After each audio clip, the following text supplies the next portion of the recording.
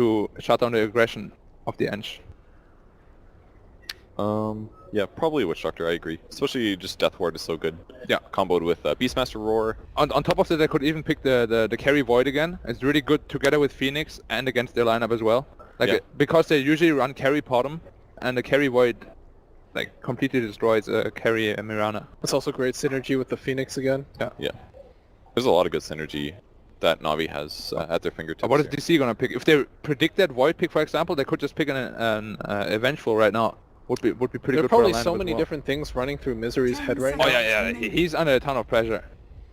And not much time at all left here either. Yeah, because they take Void themselves. Okay. Yeah, so that's the block pick effectively. Combos with the Mirana, obviously, you can get like an Echo Saber and be pretty darn good against Phoenix Egg. Even late game with an Enchantress, it's like she can do so much DPS inside of a Chrono. It's a really good pick here for them, and they block it from Na'Vi too, of course. Yeah.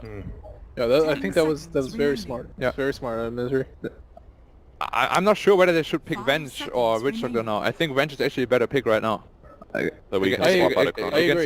You can swap somebody out of Chrono. You can swap somebody that's been arrowed as well. Yeah. And you can swap somebody into your own Raw. Like late game, if you swap the Void into your Raw and you can just burst him off, for example, it would be really good. Again, the Aura is also great synergy with Beastmaster as well. Man, you know, people are gonna judge me for this, but I think Anti-Mage would be incredibly good for Na'Vi, man. Why on earth would anyone judge you for that? I don't know. Yeah, it's pretty good. Are you trying to live vicariously through Ditya Raw right now? I do, man. My dreams are. Okay, it is the Witch Doctor. But they did pick the Witch Doctor, yeah. They're sticking to their guns. I was actually thinking maybe there'd be an Invoker on Navi's side, actually. Since Cold Snap Phoenix Sunray is so good, they can do a lot of setup. But then with again, like Roar. Void hard counters Invoker too, until you get like a BKB. Well, now they picked it up themselves. It's really good with Void. Yeah, so it's Exort and Invoker clearly for DC here. It has to be. Sunstrike after arrows or Chronospheres. Yeah, it's a really good pick for them. Oh. So what is? I don't know. Na'Vi needs a Chrono save though. Like they need a hero to save somebody in a Chrono. Like, somebody's just gonna die instantly. Or they need a way to kill Void before he Chronos. Like a sound. Either need hero. Great initiation or a save. So what could they get for mid? I could see them. I mean, they did run a lot of Tinker. Tinker wouldn't be terrible here. Yeah. There we go. Nice. Black God. Just Black God. It doesn't mean as much if you say it right. Draft God Black. I mean, like they did pick it a lot in the past, and it's actually really good against them. He can avoid both the Invoker and the Void, and of course, like Eng and Mirana will never get close to him unless he actually catches an arrow. Yeah. Plus Laser. Yeah. Can stop Void from hitting. Together with Beastmaster as well, you can just teleport on the Hawk with the BOT. Yeah, you're right. It's really good in their draft here. Yeah. What are they gonna pick as carry though? It's gonna be really Tinker. Well, I think you should tell us, Black. I mean, it would be too easy if I told you everything. Oh right, okay. Okay. You're holding strats, right, guys? Like saving strats for TI7? Oh, it's a burn. It's a nasty burn. I mean, don't listen to him, Black. I won't listen to him because I still have the power of Anti-Mage in me. Right. And it can always make it work. Like I'm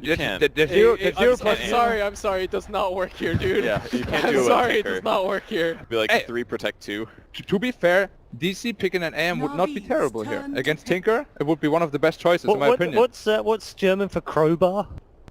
Please, I won't tell you that. No. There's not a lot. That's what you're trying to do right now. You're trying to crowbar that anti-mage in here. There's not a lot of Germans here, so you don't have a lot of choices. Listen, you've been very good so far. We're all very impressed, but no anti-mage. No anti-mage. If this is anti-mage now.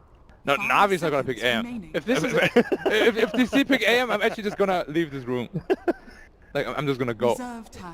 Okay, 20 seconds. But what is Navi gonna pick? They need like a somewhat active tanky carry. I wouldn't necessarily call it active, but tanky at least. Tanky. So you're half right. You're half right. Yeah. Well, again, Tinker can BOT on the bear. Lone Druid plus Tinker has always been really good together. You just march to tower, and the bear just hits the tower. It's really hard to defend. You can also TP onto the bear, and the bear can survive through Chronosphere. And no anti-mage, of course, now. It would be like a suicide pick. And DC doesn't have very good bear solutions either. They don't want to Chronosphere it. The Lone Druid himself is very tanky. Well, now they do. The first spell of Winter actually... against the bear. And bear or anything, he would just start attacking the bear. Can't blink out, right? Yeah, and the AoE is massive. It's like 550. Okay, we're going to head back to the comments in just a minute. Charlie, very quickly, draft. Who wins? I sound like a broken record or something, but I really like Navi's draft. Yeah, we'll just keep replaying that segment back over and over again. Black. I think Navi will win if the Tinker gets a good game. If they can shut down Tinker, Navi will lose. Okay, that's sort of hedging his bets, but I'll let him off. Purge.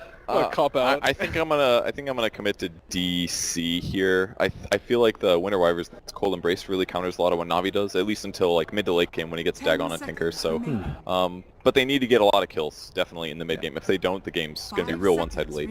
Okay, all right.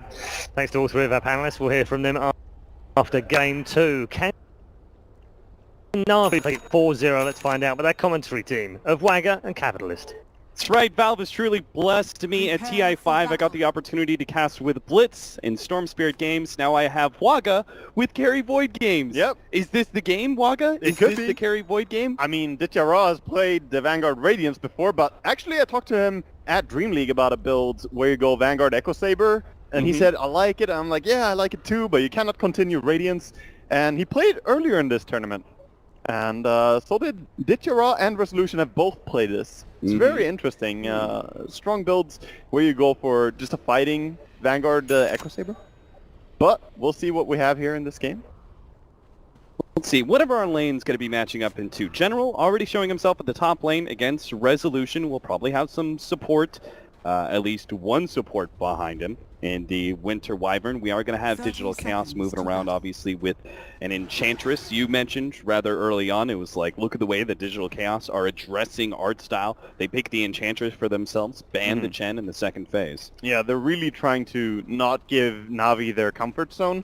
And I think that's a very smart approach. Target Navi supports. Do not give away Wisp. Do not give away easy Chen or Enchantress. And if you are going to give them, then at least pick to counter it. And a Bouncer Rune matchup here. Digital Chaos gonna try and take the top one here, but the cast already bouncing around as DC get delayed up. They are gonna be able to pick up this kill on Artstyle thanks in part to the arrow that landed. Now Saksa has to try and get out before he's a return kill, and it's actually gonna be General 2-0 for Digital Chaos to start things up, and they already get some extra damage in as well. So yes, both Banner Runes being picked up by Navi, but certainly not worth it, especially not without that experience buff. Really nice arrow coming in. That was important for him, setting up the entire fight, so move on point with that one. Gonna try for one more arrow mid, it looks like, sending it off. And it will slide right past Snako. Optimistic. You gotta try for a lot of arrows though. That's the way you play Mirana. It is going to slow down his farm a bit, as that is one of the crucial things about offlane Mirana, is that you need to be able to take advantage of your your ability to take out neutrals. On top lane, picking some aggression here as Artstyle comes in. Actually a dual lane with the Beastmaster and Witch Doctor. Forcing him to use the Arctic Burn to escape. Still a decent win, even if they don't pick up the kill. It's a decent win, because Void doesn't have that easy of a time farming against the Beastmaster. Beastmaster has tons of damage, and pretty good armor as well, so... And it's good sustained damage, right? Which means that the Time Walk is going to be very useful for restoring your HP, so... At least they nerfed the early level force, but when he gets some levels going here for the Beastmaster, he gets back to the same point that you know him. And powerhouse hero. They are going to be trying to pull out with that hard camp. Now, this is one of the big advantages of running a lone Druid. Navi are able to leave him alone against Moo's Mirana, and this means extra help, obviously, at top, as well as at mid. But now the full wraparound Misery is going to be able to get into a position with a Centaur stun, should be able to guarantee a kill on someone here. Artstyle turns around, forced to throw the cask at the Enchantress and his creeps, which means that DC are still able to easily pick up the kill. Now General has to juke his way through and try and get a TP out, not able to make it as it looks like he's caught out. Sure enough, Misery managed to get the stun in time. 2 minute creep. And General is going to end up going down here. 2 kills, now 4-0. Even his own board just attacking away at him there. Poor General. He was a general, no longer. Not usurped. Mutiny. Yeah, bottom lane should be going very nicely for Navi here. That's the good side of things here, but the rotations from Enchantress been in 4 kills already. Yeah. And even if the bottom lane does go well for Digiraw, Moose should be able to get a decent amount out of it, and that's more than most of the time you're going to see from offlane Miranas, right? So That's true. Navi themselves are no strangers to offlane Mirana as well, as Yeah. General plays it quite a bit. And sooner or later, she always catches up in farm. yeah, My experience with Mirana. yeah, you get that Axe, or you a fan of the Midas into Axe? Oh, I don't like Midas into Axe. I like the Axe rush because you don't really need Midas. Levels Agreed. is not super important. You just need to get the Axe as soon as possible, and then your farm is gonna come naturally. A little bit of Sunray damage, nothing major. Just taking out that Forge Spirit. But I am completely with you on that one. I think most of the pro scene is as well. We've seen very early on when the Mirana was being picked up, it was like a lot of Midases into the Aghanims, but I think teams have realized, you know, Aghanims is a farming item. You don't need 2 of those. Just pick up the Aghs and you'll still get more than enough. The farm. biggest part about it is when you get the Blink Dagger afterwards. If Yeah. you get the Aghanims into Blink, then you can just take fights so aggressively with the Blink and always have the leap to get out. That's the power. potentially get 1200 damage on one hero. And we see Misery just running in here, putting pressure on the bottom lane. See if he can get the Golem stun out. If not, they may have to just kill this Spirit Bear, the arrow. They're trying for it. They're stunning it. Yeah, they should be able to pick it up. Oh, no, gets the resummon. Oh my god. The damage block. Oh, the Sunstrike. The Mercy. Wow. They really wanted to kill that boar. Yeah, Weehaw, gotta say thank you for that 300 gold. Mid laner is happy. Ditchira does have a fresh bear though. So that is not going to be able to put him too far out. And here he comes again with the double. Double shard golems. Let's see what happens. Meanwhile, the top lane art style is going to be slowed down here by the Arctic Burn. Hoping to be able to catch the Splinter Blast. Does actually get so successfully. Back over to the bottom lane, where now you see the Spirit Bear trying to get himself or block missed out. the Oh, tower. the Sunstrike! No! The tower's gonna What get a him. dodge! Misery's dead, so Oh. Ditchira actually picks up the kill. Misery able to get out. Now Moo, he's going to be caught as well. Looks like the Sunray's going to slowly burn him down. The bear unable to get that entangle and unable to keep going for the dive as Ditchira can't quite catch up. But man, Ditchira, nice sidestep there, realizing the Sunstrike was going to be coming in, because if that was just if he ends up going down there, DC are happy. Trade off a support for a carry. Very good awareness for sure. And I think DC are probably the happier ones in this game though, with the way things are going. They're just getting a lot of momentum with the Enchantress. However, there is the downside that Dendi is farming a lot on mid. He's actually doing really well against Weeha in CS. He's out CSing him by quite a bit, 27, 28 now for 11 against 15 and 3. And that was one of the things that Black obviously hedged his bets on, and I think pretty much every analyst is willing to hedge their bets on. If Tinker does well in the first 20 minutes of the game, then you're going to side with that one. So this is obviously something that Digital Chaos know that they have to address eventually. And what do you think their game plan is going to be? Is it going to be rotating the Faceless Void once you get that level 7 area? Or Maybe some smoke rotations, just 2-man rotations with a Winter Wyvern +1. Because if you have the Sunstrike always available, and if you just use the Winter's Curse when they TP in, Right. Black brought up a really good point there. You can do this out of a smoke and just surprise the Tinker. Yeah. Look at these stacks for Dendi. Just tons of gold to farm up here. Yeah, that is another thing Digital Chaos haven't really addressed at all. And he has the Soul Ring now as well, so he can easily farm this. He always does this, by the way. Some Tinkers, they skip the Soul Ring to go early travels. Every single game that I've seen Dendi play Tinker, which is a lot of games after watching Dream League, he does the same build. Artstyle is going to be caught with a Cold Snap. Arctic Burn guaranteeing a near perma-stun onto him. The Sunray is not going to be enough to be able to stop that kill, but Soxa now has to try and go for the TP out. Fortunately, General is not level 6. Just 200 experience shy of being able to claim that counter kill. It's the downside to running a dual offlane. Sometimes, yes, you can have more impact on the lane, but you're also sharing experience, so he hasn't really gone to that point where he's level 6 yet. So Jungle Beastmaster could easily have hit it by now, or just using the jungle a little bit and laning. Ditchira not too far away from the hand of Midas. And Resolution is completing his Vanguard on Void here, as he has 1200 golds whenever he wants it. He could go Treads first, though. I think kill potential is more welcome. Yeah, I'm kind of with Yep. you on that one. Treads. There it is. Especially since There's just not much burst damage on the side of Navi, really, to come up here. Yeah. Sure, maybe when the travels are up on Tinker, he comes in, but Treads can give you HP as well if you just keep them on strength. yeah. And for me, it's about, like, what is the Void going to be able to do? Because I do feel like he needs to be able to rotate out, because I'm not sure if just... They're trying to... Oh, they're It's a hard kill though. Yeah, it really is. With the right Savage Roar, Dichira might be able to get out of this one. They will land the point blank arrow, but now he's going to run into the Sunstrike. Not quite yet dead as the Sunray helps keep him alive. A Splinter Blast from Saksa, though, will be able to get that kill. So much that he has to sidestep. It's the Sunstrike coming in, so he has to share that tank with his bear, but then when the bear is close to him, he dies because of the Ice Shard or the Splinter Blast. It's just so much. That is painful. Well done. Digital Chaos using their, and they really have to. If they're going to keep that Void up at the top lane, they need to be able to utilize these two supports in the off laner combined together to start shutting down some of these Navi cores as they do get the kill on the lone Druid. The Tinker is still free farming. They want to go with an arrow and Chronosphere on top, TPing up to Mirana even though she's really low. See if she can sneak around without getting seen by the Hawk. Yeah, doesn't even have enough for a Starstorm. Yeah, all he needs is the arrow after. But General sneaking into jungle right at this moment. Good opportunity for him to farm away that offlane camp. Not sure if that's just good awareness or just a little bit of luck.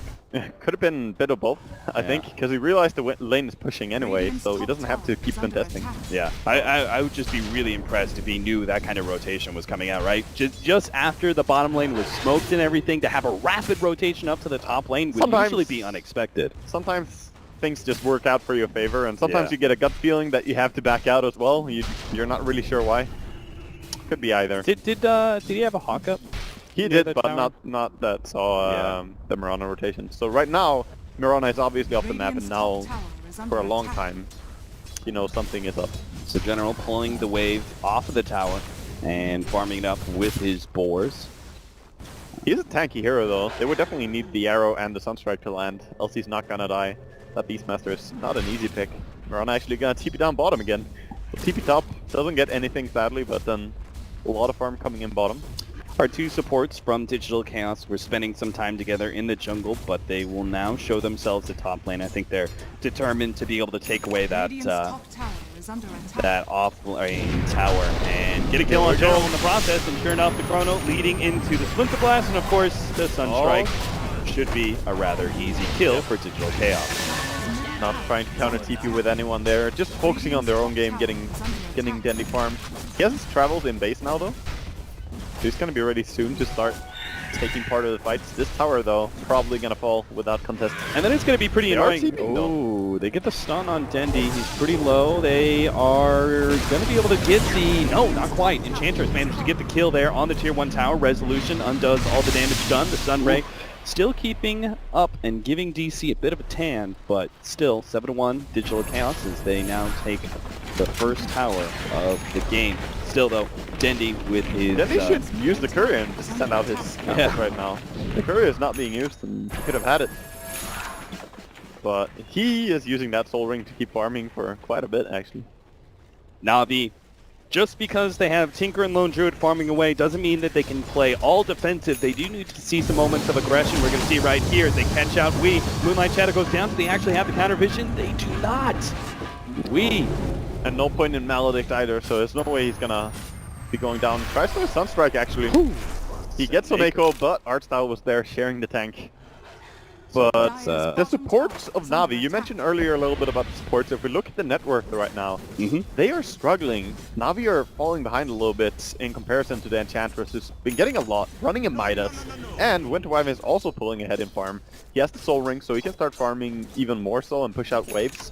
I think DC are setting themselves up nicely here. Yeah, they've got this kind of like fourth core essentially in the Enchantress, while Navi are going to be more dependent on the Tinker and Lone Druid as this game goes later, while their supports are going to be less impactful. Definitely so. At least we'll say one thing. Phoenix is one of those heroes. He can have like 10 net worth. He'll be fine. Oh yeah, at the late game stage, he's always going to have a massive impact just by dropping that Sunray. Is this, do you think this is an Etherlens Aghanims game for the Tinker, by the way? You do have a decent number of right-clickers on DC. Almost every game is. Yeah. I really like this build. I think it's so strong and should be used quite a lot. I think he should start with Blink Dagger though, just so he doesn't get caught out so much when he TPs out. But going back for Etherlens and then the Aghanims could be a really good build. Chrono Sphere, Sunstrike, and Arrow. Yep. Yeah, they've got everything. They've got a little bit of everything. DC, Some kitchen sinks, and yeah, they wanted that guy dead.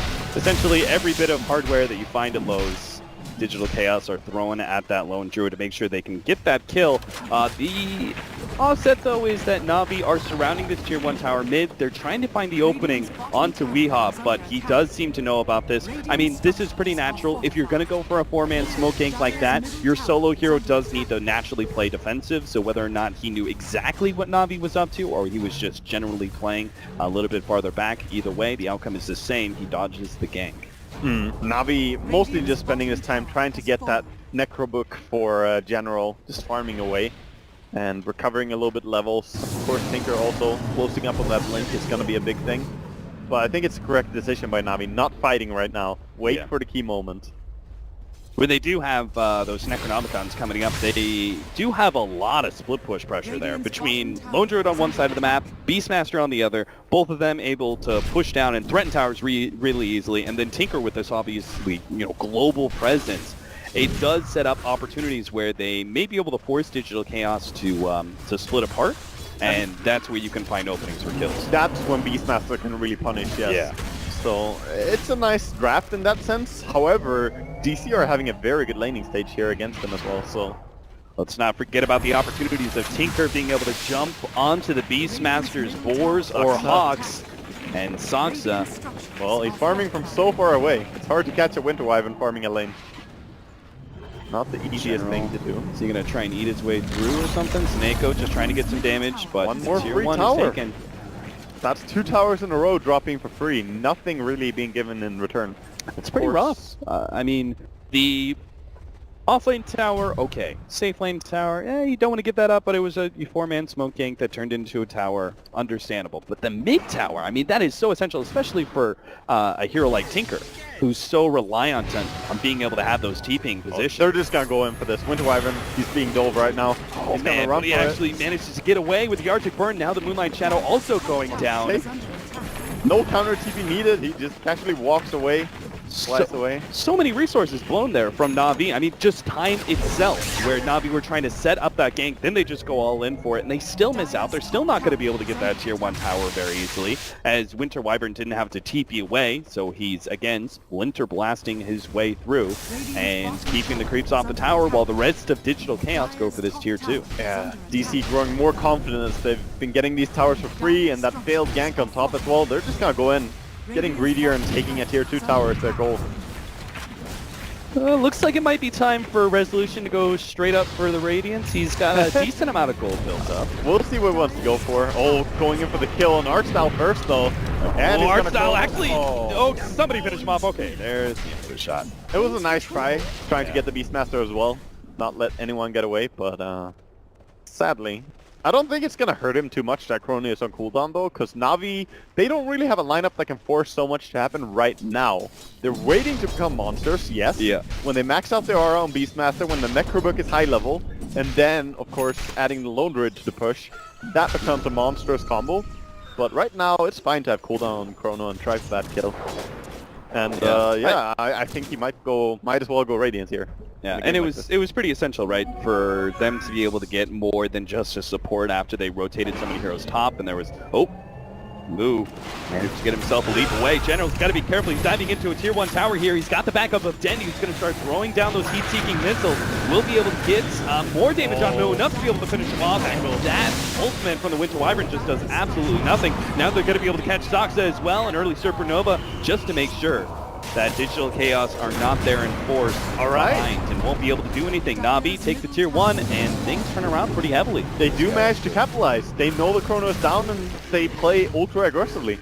There shouldn't be too much to punish it. I didn't expect Na'Vi to actually find something during this time, but they made a nice rotation and made good use of Soneko's Phoenix as well. Yeah, you can see Denny's positioning there on the right-hand side just allows him to be able to get so much free damage, and as soon as that Splinter Blast is, or rather the Winter's Curse used by the Winter Wyvern, there's just no recourse. Na'Vi at that point in time can just play ultra aggressive. They obviously pick up the extra support kill, but I think even a bigger thing is being able to take some control, some map control away from Digital Chaos, claim that tier 1 tower mid. Oh yeah.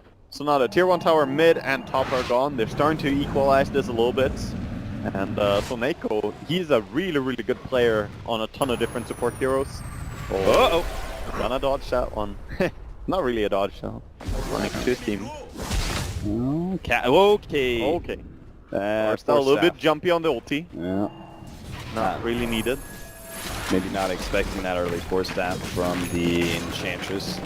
Relic is up and there's 1,000 gold on Lone Druid right now, so he's very close to this Radiance. And once he gets it, that allows Navi to start putting more fights, really. Just TPing in with a Tinker, running in with Lone Druid Radiance. It's going to be hard for a DC supports.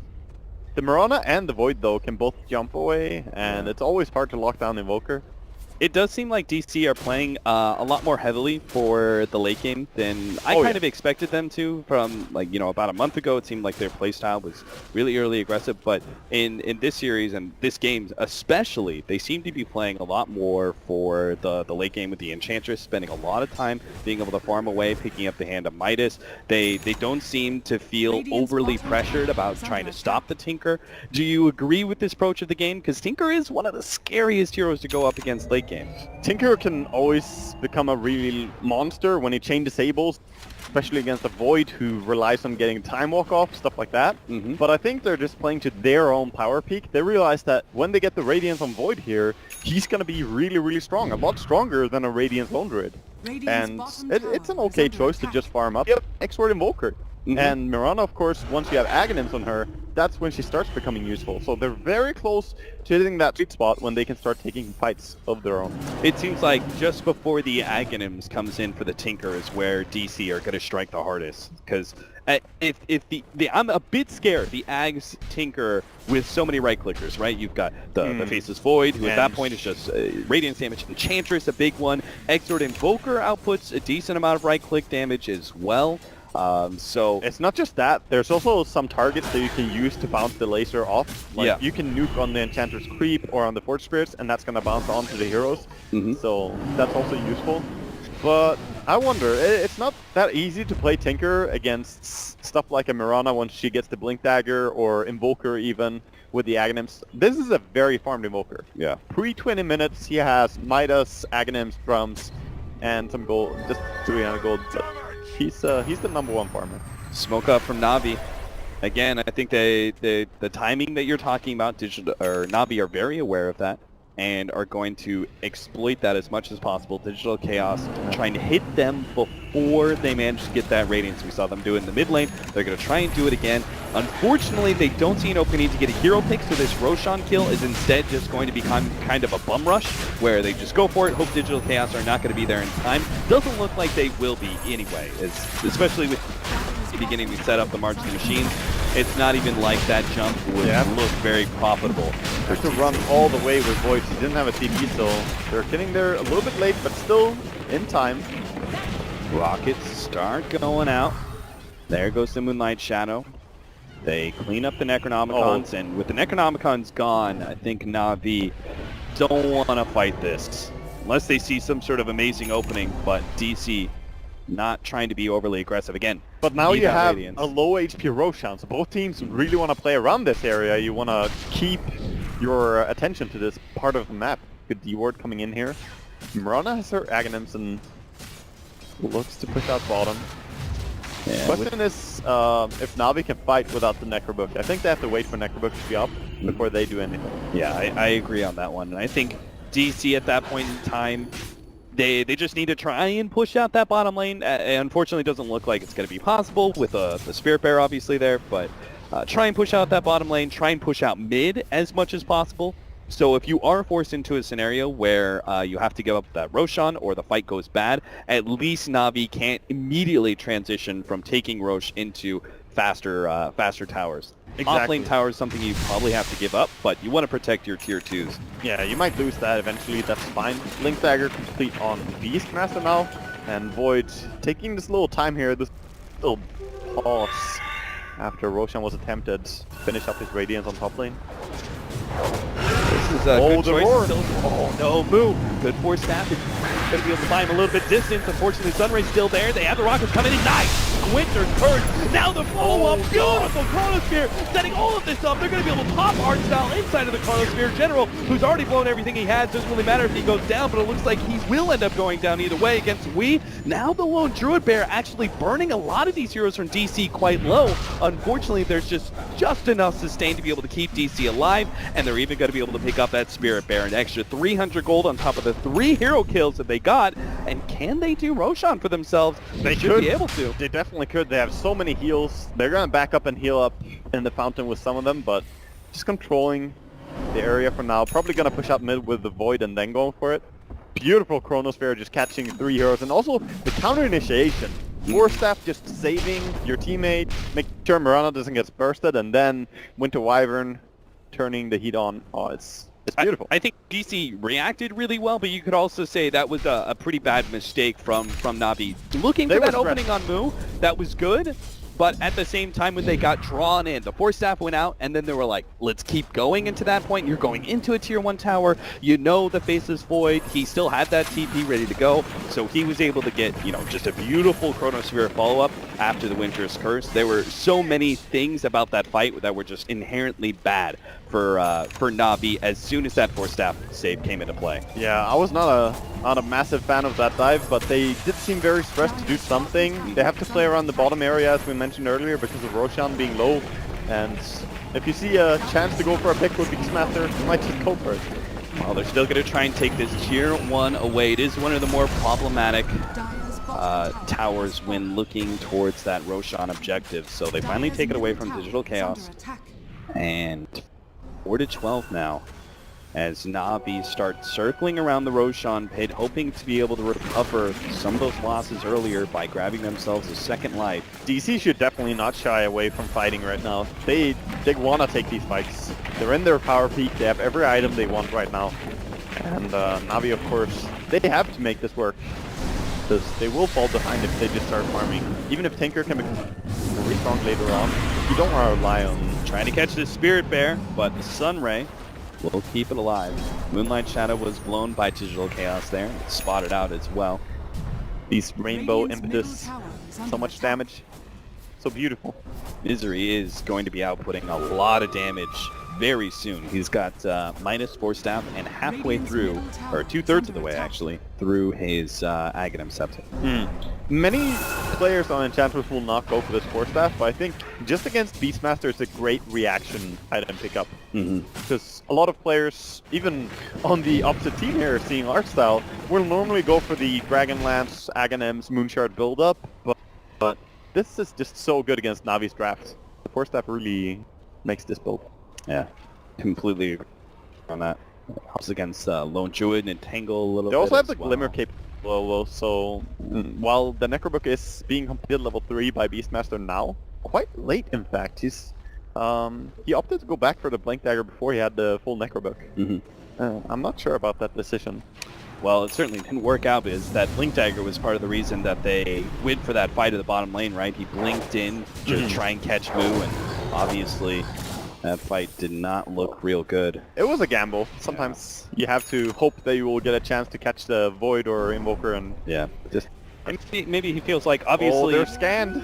Oh, They're getting scanned right now. Right outside of Roshan Pit, so Na'Vi probably going to start grouping up and heading towards that Roshan Pit soon. They've got to wait out the smoke first. Yeah, Na'Vi should be expecting them to almost go for Roshan even here, but they have the Hawk, of course. So they know DC, while they were right outside the Roshan Pit, obviously they're still looking for that kill, not going to find it. And as a result, Na'Vi are actually going to be able to get a bit of map control because of this. They've got the mid lane pushing out, They are top farming lane's away. pushing out pretty hard too. Yeah, it's the Tinker effect. You just cannot leave your lanes unattended. You know, it's very irritating to play against Tinker in some regards. Having that Aghanims and Ether Lens on Tinker, the next team fight, Na'Vi could surprise with the amount of damage they can output. And what's the damage? The HP on Enchantress looking quite good now as he completes the Dragonlance. 1300. Just gotta be wary about your HP pool against the Tinker with Aghanims and Ether Lens, because it's gonna hurt. General. Oh, okay. All right. About to throw a word of criticism to General, and he shuts me up real quick.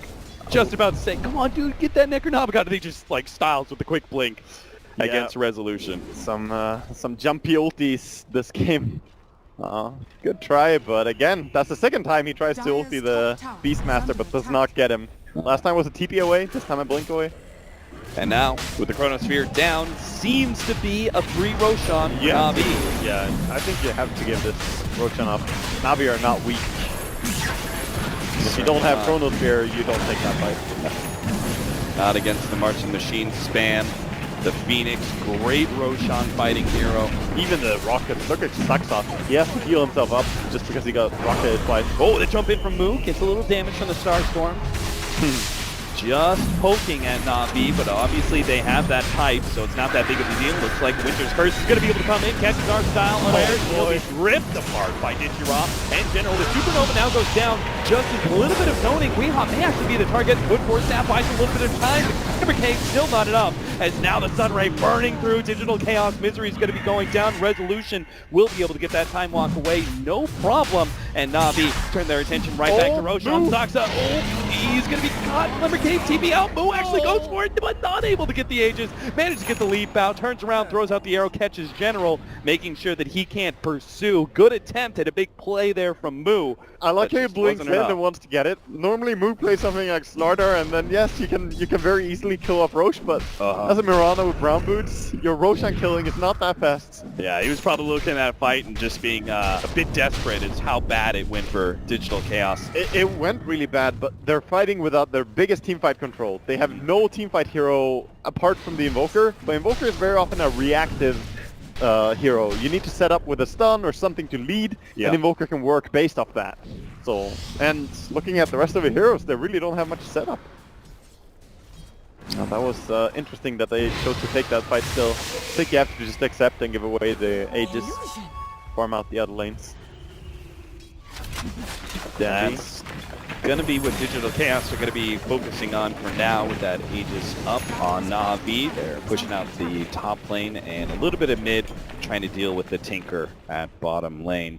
Na'Vi, in the meanwhile, we've got the Aegis in hand. So what other items do we really need for Na'Vi for them to start being aggressive and looking to take tier 2s, or do they at all? Do you like to play more of just a passive style farming game for Na'Vi at this point? You want to get to tier 2 towers for sure. Right now, I don't think they need more items, in fact. They have the pipe on the Lone Droid, that's going to be really good for them. And at just mitigating all the Radiance damage, just controlling the DC team. And they're pulling pretty far ahead right now in farm. So I think just keep pushing, make sure Tinker pushes out the side lanes and go down mid. Lots of vision for the Tinker to be able to freely bounce around in this bottom lane, knowing that he's never going to be caught by Digital Chaos, and that's a big part, and thanks to the Beastmaster Hawks. Yeah, very good micro on the Hawks, always scouting, always on top of it. Gotta send one into Radiance right as I say that. Good old Castus Curse. It's fine. But Manta Style being completed on Resolution is pretty big item pickup normally. I just think that the Axe on Tinker could completely shut this item down. Yeah. It's not going to be easy to keep your illusions up and running when the laser bounces off them. And he can try and get rid of the miss effect from the laser by popping the Manta, but then another one's just going to come right 2 seconds later. So that really does make Tinker enemy number 1 as far as Digital Chaos is concerned. Yeah, truly. I don't know. DC, they're still trying to play the farming game, just get control around the map, and seems they're going for a Hex on Invoker. I think he is. It could have been Lincoln Sphere as well, I suppose. Oh, actually he's going back for Yules? What? 31-minute Yules after an Invoker coming in? Is it some sort of idea of being able to get combo on the Tinker? Like yeah, forward, Yules? I guess so. It's just... That's why I thought the Hex is coming, because that would make more sense. But the late game Yules pickup. Maybe he feels a bit of pressure to be able to get that disable item now in the next 4 or 3 minutes. That's fair. There it is, jump forward, gonna be able to catch Saksa, but oh, the arrow actually gets General, and now the tornado actually comes through. Seneko throwing out some damage there. Does manage to hit a number of heroes with the Fire Spirits, but it still doesn't matter. Tier 2 is going to be going down here. Digital Chaos can't seem to stop him. Yeah, this Spirit Bearer is really farmed. The Moonshard attacking so fast. And now with the Shivas, Dendy's going to have even an easier time being able to push out these waves rapidly. Dendy's a very good Tinker player as well. He spammed that hero so many times. And he hasn't died a single time. He also has 10 CS per minute, quite precisely in this game. 325. Doing quite well. Top 2 net worth for Na'Vi. Their support's still a little bit low, but they're making an okay comeback. They're tied up there with Soxa. We've got an almost Ags for art style. The thing is that this is still anyone's game. You have kind of this 3-core on DC versus the, I'm gonna call it the 2-core of Na'Vi, because Beastmaster, while he's a strong hero, he doesn't turn into that much of a late game DPS or anything like that. Void Invoker Mirana can definitely scale well into late game. Right. So Na'Vi, they need to keep using the strength that they have right now, taking these towers. And this Spirit Bearer with the Beastmaster aura is so crazy right now. Yeah, it does seem pretty clear that Digital Chaos wanted to be able to make a big, 3 or 4 damage core sort of setup with their lineup, and weren't trying to pressure Na'Vi too much, but they really didn't want to be behind at this point. And now they just have to keep on giving up. There goes the Cyclone. Going to be able to catch the Tinker into the ultimate there as Resolution quickly surrounds Dendy, but not getting enough damage out. The arrow actually doesn't land. Dendy going to be able to get some rearm and tries to chase down. No, actually jumps up, sees Misery as the opportunity, gets the slight stun, slows him down with the Shivas, gets some more burst damage. Misery gets taken out just like that. Now the jump forward. Soxa is going to be going down as well, right outside of Digital Chaos' space, which means Na'Vi goes straight for the tier 3. Yeah, he has to buy back here to defend. This push is way too strong. Time for some spam. Splinter Blast still has Winter's Burst as well, but with the Necronomicons and Spirit Bears, if they don't jump soon, they're going to be losing their full lane of racks. Now the buyback here from Misery jumps forward, 4 staffs, trying to catch the Spirit Bear. Double support buyback. That's pretty costly, and they're still looking to pressure here. Na'Vi not backing away from the fight just yet. They could easily back away and it would be fine for them. They don't have Roar anymore, but they do have Eggs, so maybe they want to make something happen with the Phoenix ulti. Yeah, it does say a lot about Na'Vi that they were even considering to continue to go high ground there. They feel they're in a very good position in this game, that they didn't immediately run away when they saw buybacks, right? That they thought, we might be able to take it. Most of it comes down as well to this Tinker. The Aghanims just does so much for him right now. He's really shutting down the Void. He's making sure that anyone who stands against him just dies so quickly. We saw the Enchantress. Oh, General, he's going to get this timing. Close. They had some idea that the Invoker was at bottom lane at one point in time and was backing away, but General didn't quite get it there. Just barely missing. DC spraying out across the map and trying to farm all over. They haven't really tried to shut down Tinker in the way that Black mentioned on the panel, just trying to set up with a Winter Wyvern ulti. Through a smoke or something like that. I think that could have been a massive kick. Because they have not killed Dendy once. Tinker is a hard hero to catch, but if you don't even make an effort to try and catch him, he's just going to have a field day. Yeah, we see it at the top lane. They start approaching the lane, but Dendy, he only needs a few seconds to start spamming out March of the Machines and get himself out of there. With the Bloodstone now complete, this could get even worse. Yeah, that means Digital Chaos. That means he has mana to sustain his level 3 rearm. Between the Shivas and the Bloodstone, he has the regen and the max mana to just go into a fight and do so many move combos. Oh, Dendy. All right, that's one way to be able to catch him out. Just race car straight into him. Weehaw. Full out. Charges the Tinker. Gets the Cyclone straight into the arrow. That's what they need. They need to catch him somehow. So if the Yule Scepter is going to be the item to do it, I'm all for it. But any item they go for had to be to shut down the Tinker. We really need to see the continued levels on this Invoker if you want to be able to continue to put pressure, because the rest of these heroes, like, not many of them are going to be able to really threaten the Tinker like the way that the maxed out Tornado is going to be able to, right? Yeah. A lot of vision, long range potential catch against him. Once he gets level 6 on his Wex, that's going to be really good for him. And then obviously go back for a Quas for the Around the World Deafening Blast. But as you say, he is the key to shutting them down. Double smoke going down here. As TC can smoke straight down as Na'Vi walk in front of their Ships base. in the night. Definitely. Digital Chaos gonna be, I think, the ones a little bit worse for wear here. I think they were a bit more dependent on being able to find some sort of smoke initiation. They're pinging it out though. They could maybe get a wraparound here, but it's going to be pretty delayed. I wonder if Na'Vi are gonna sense this one coming.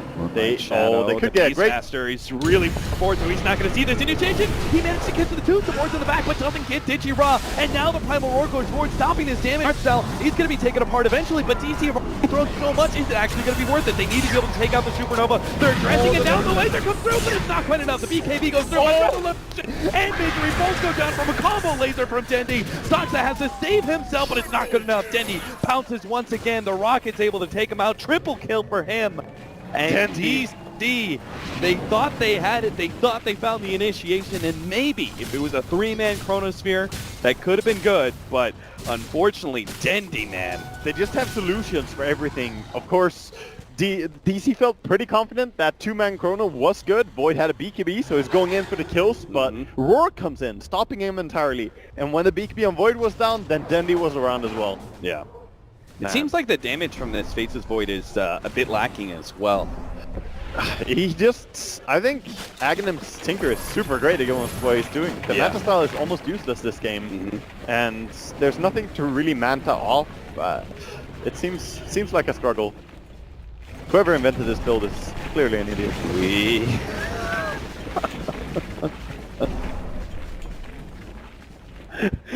Are you taking a lot of Roshan time? All right. You scared me. I'm just taking some of the heat from this. No, it's fine. I think it comes down mostly to them not being able to catch the Tinker in this game. Yeah. What makes them really struggle. But the itemization on Tinker really counters them. Yeah. It feels very similar of a game where I played Chaos Knight and played against an Aghanim Tinker.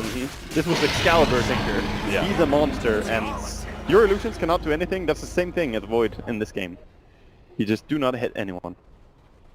Not gonna lie, Waga. I was not a fan of the Radiance Void. It ruined way too many of my games, but I gotta give you props, man. It's definitely worked out quite well in the post scene. Maybe not in this game. We'll see. It's definitely not the fault of the build, though. You're right. Resolution needed to be able to catch this Tinker, and unfortunately, Dendi's just balling out of control here. Yeah, this bear is the monster as well, so you have to deal with either a Tinker or the Spirit Bear.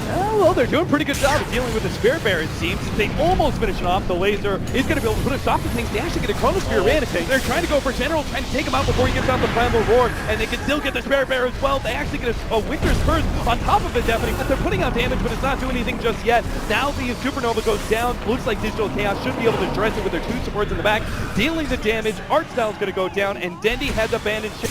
Or maybe not. He's actually coming back in. He's going to go for the Shivas, try and see if he can find somebody to pop. Moo's going to be the target. He doesn't have the pounce away just yet.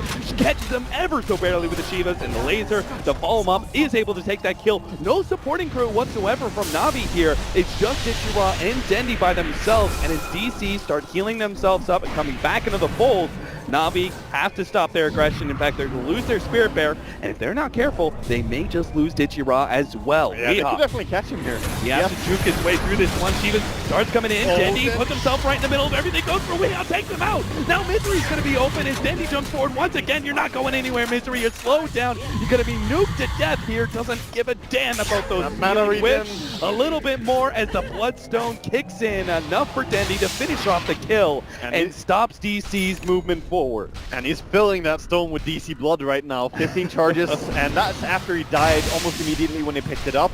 So he's been working his way up from 9 to 15. Look at that. 7 rockets, 5 lasers, 10 rearms. 7,800 damage. Yeah, that was, I mean, we kind of set this whole entire game up that the way that Na'Vi were playing this, and just naturally with their draft, this was all going to be based around the Tinker and the Lone Druid, and that fight describes it perfectly for us. It puts it on a showcase.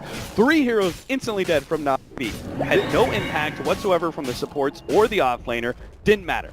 Yeah, and he's gonna have Hex now as well. He can swap out his Ether Lens for the Hex, Mm-hmm. but there are 3 BKBs on DC. They can still take a good team fight if they get the proper initiation. Yep. They've been struggling to get it a lot because of General and his micro on the Hawk. It's so hard for the Void to get in. And the times they did smoke, chips in the night, as you said. They could not really find the great pickoff. So I feel DC, they have the possibility to take a massive fight. It's just a matter of how you engage it. It's getting harder and harder too as those BKB charges start wearing down. And the Hex now, the threat of just being chain Hex. Yeah. That's definitely going to be a real Alright, thing. Moonlight Shadow Initiation, art style, that's a freebie, but it's also, again, a freebie. Not really worth that much. Whoa, what was that? Oh, he actually caught Dandy. Didn't realize he completed that TP. Now they actually get the Witcher's Curse onto the bear, slowing down the lone druid to make sure they can finish off Dendy with 3 versus 1. He commits the Bloodstone Suicide, but DC found the kill they really wanted. Digiroz still able to get the TP out, though. And I think he's hunting for more. The Tornado goes out, not going to catch anything. Yeah, he sees red right now. He has his Blink Dagger up soon. He's going to back off and kill off the summons, though. They want to go push on mid. Tinker, of course, respawning quite soon with that Bloodstone, but So have a moment here. He'll be up to be able to defend their tier 3 as long as nobody else in Na'Vi gets picked off, and that's why Digital Chaos were playing so aggressively. Just a tier 2 tower, though, is still a very good payoff after getting 2 kills. Mm-hmm. And they're actually going to back out early here. They realize the threat. They don't have Chronosphere. They're not going to make the same mistake again. Yep. We've seen them take fights where they shouldn't. Yeah. Oh, he's still chasing? I don't know. I don't think so. His team is too far back. No. The Hawk TP in, though, with the Hex on Tinker is always a scary thing. Yeah, so, like that Spirit Bear runs so fast. You have the Tinker able to TP in and slow people down with the Blink Shivas. You really do have to, get out of that tier 2 tower area very early on. Oh, he's going for the rearm Blinks for top lane. He wants to catch out the Invoker. No Linkens on him. It's Invoker unless he Good. 6th Blinks, Dance TP's on Weehaw. just barely in time. A second or two later, and maybe Dendy would have been able to catch him out. Speaking of Denda, I like how he's keeping his Ether Lens and Null Talisman as relics of his old past here. He's not selling them off. I'm not sure. Do you think there's any possibility that He probably won't be going back for an Null Talisman. And, I mean, maybe Dagon later on in the game, for sure. Yeah, But, is there... the Ether Lens probably is not going to be used again. Oh, they're going, Resolution. General sees him. Crump unfortunately doesn't manage to catch Dendy. Saw a split-second opportunity. Now has to deal with the Supernova, but can actually. So that's going to be DC out of their BKBs, and they only got the Beastmaster for it. Move. Uh-oh. He still got the pounds to be able to get himself out of there. Some distance, but again, that Blink Dagger's up on Dendy. He's going to be able to pursue. They've got the Sun Ray to be able to see some damage. Seneko dropping lower and lower is going to go down. Had no Supernova, obviously, used earlier in the fight. Looks like the Spirit Bear going to be the next target. Should be able to get that extra 300 gold and put that bear on cooldown. So you see the team fights when they have BKBs up, it's really hard for a tank to go into that. Yeah. And there's not any big, apart from the Phoenix ulti, which of course the egg is really annoying. But when the BKB is up, they ignore this. They don't have any team fight control. Yep. Apart from the egg, and I feel DC can definitely still win this. It's all about the initiation. Yeah, I really like, I gotta give props to Moo there for that. I mean, when we saw Moo surrounded by 4 heroes, like, what the hell is he doing? But it actually made a lot of sense, right? He made the read. Hey, we killed the Beastmaster, there's no Supernova, I've got BKB, let me put myself in the middle of all these heroes, slow down their retreat, and we're going to be able to get some extra. And once his BKB was starting to wear out, he ran out very quickly. So yeah, he made a very good play there. Nice little illusion rune find for the Void. You never know if a play like that is what successfully gets maybe, a Tinker kill or something like that if you could stall the retreat of Na'Vi. Now, we just had a really interesting pick up the Shadow Blade now. For the Beastmaster, initiation is everything for Na'Vi. So, but the same thing happening on the opposite team with Dagger now and Winter Wyvern. Yeah. So that's also going to help him not get caught out and be there to save his teammates. But the Shadow Blade build on Beastmaster, it reminds me a lot of when watching Arise play Magnus, Blink, 4-Stab, Shadow Blade, all these items. It's all just about positioning. Yeah. And I think that's the same scenario here for General and his Beastmaster. Looking for that pickoff. He's going to start running himself through the dire jungle, but DC playing very far back here. And We talked about it whole game long. They set themselves up to be able to have a really good shot at being able to contest Navi's late game. Despite individually these heroes maybe being stronger as, you know, Tinker, one of the best late game heroes out there, but they have multiple cores on the side of DC, all outputting a lot of damage, and they're not afraid to just stall. If they get to the point where Enchantress gets Moonshard, I think DC are in a great position because they have the quad core. Yeah. Or MKBs as well, I think, are pretty important. Resolution looks like he's about really to finish close. He's really close to it. He has 4,000 gold, so he could buy it with buyback in 400 more gold. Okay. So there's another reason for DC to play very conservatively at this point, because that's definitely going to be a game changer. As Resolution has, in the past, had to blow his BKB just out of fear of what the laser does to stop his damage. Of course. Not going to be a big This could be a problem great refresher game as well for the Void, by the way. If he sells the Vanguard later on to have 2 BKBs and double ulti, that could be really, really amazing. And Navi, they know they want to go high ground. That's why they're playing so aggressive in the enemy woods here, but it's just hard to do against an Invoker and Voids and the spam from a Starfall Mirana with the Aghanims, of course. Yeah. How do you just go high ground? It's not that simple. And we're also at that point where the Spirit Bear can actually be dealt with. Enchantress can definitely bring that down. The Ice Wall is always a good solution. They're gonna go and check Roche as we hear the Mirana in this. Unfortunately, Roshan is not up, or maybe it's fortunate for Navi because they might actually get caught here. A pincer move. They do see, they had the scan.